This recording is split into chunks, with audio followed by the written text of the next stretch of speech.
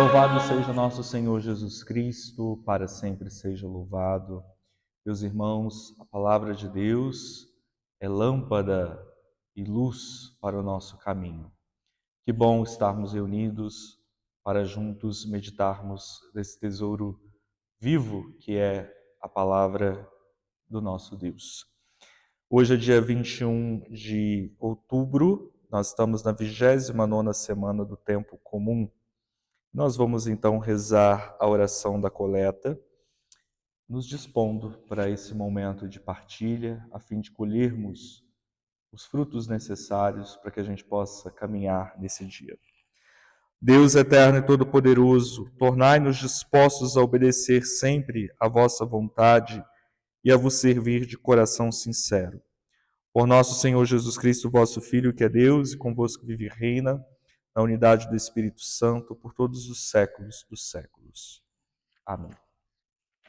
Meus irmãos, rezemos, escutemos o texto bíblico que a liturgia hoje nos propõe, que está em Lucas capítulo 12, versículos de 13 a 21. O Senhor esteja convosco. Proclamação do Evangelho de Jesus Cristo segundo Lucas.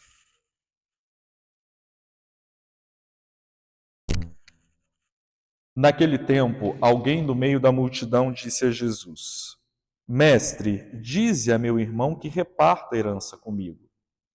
Jesus respondeu: Homem, quem me encarregou de julgar ou de dividir vossos bens? E disse-lhes: Atenção, tomai cuidado contra todo tipo de ganância, porque mesmo que alguém tenha muitas coisas, a vida de um homem não consiste na abundância de bens. E contou-lhes uma parábola. A terra de um homem rico deu uma grande colheita. Ele pensava consigo mesmo: que vou fazer? Não tenho onde guardar minha colheita. Então resolveu: já sei o que vou fazer. Vou derrubar meus celeiros e construir maiores. Neles vou guardar todo o meu trigo junto com os meus bens. Então poderei dizer a mim mesmo: meu caro, tu tens uma boa reserva para muitos anos. Descansa, come, bebe, aproveita. Mas Deus lhe disse: louco, ainda nesta noite pedirão de volta a tua vida, e para quem ficará o que tu acumulaste? Assim acontece com quem ajunta tesouros para si mesmo, mas não é rico diante de Deus. Palavra da salvação. Glória a vós, Senhor.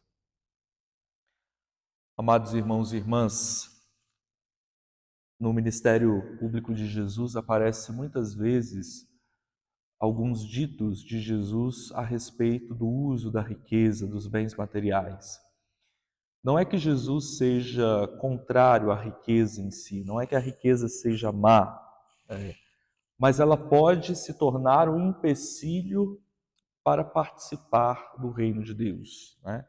Na medida em que nós tomamos os nossos bens como valores absolutos e com isso não damos oportunidade, não damos espaço para aquilo que é verdadeiramente absoluto, que é a palavra de Deus, que é a própria proposta do reino de Deus. Então, no texto que hoje a liturgia nos propõe, alguém chega para Jesus e pede que ele seja o juiz numa divisão de bens, né? Numa partilha de bens entre dois irmãos. E Jesus, ele se excusa dessa missão. Ele não veio para deliberar sobre questões materiais, né? E ele aproveita desse pedido para justamente apresentar um ensinamento acerca do uso da riqueza. Então nós temos essa máxima, né? Tomai cuidado contra todo tipo de ganância, porque mesmo que alguém tenha muitas coisas, a vida de um homem não consiste na abundância de bens. Então veja, Jesus quer que nós olhemos além, olhemos em profundidade. A vida do homem não consiste nos seus bens, no patrimônio que ele tem, na sua conta bancária.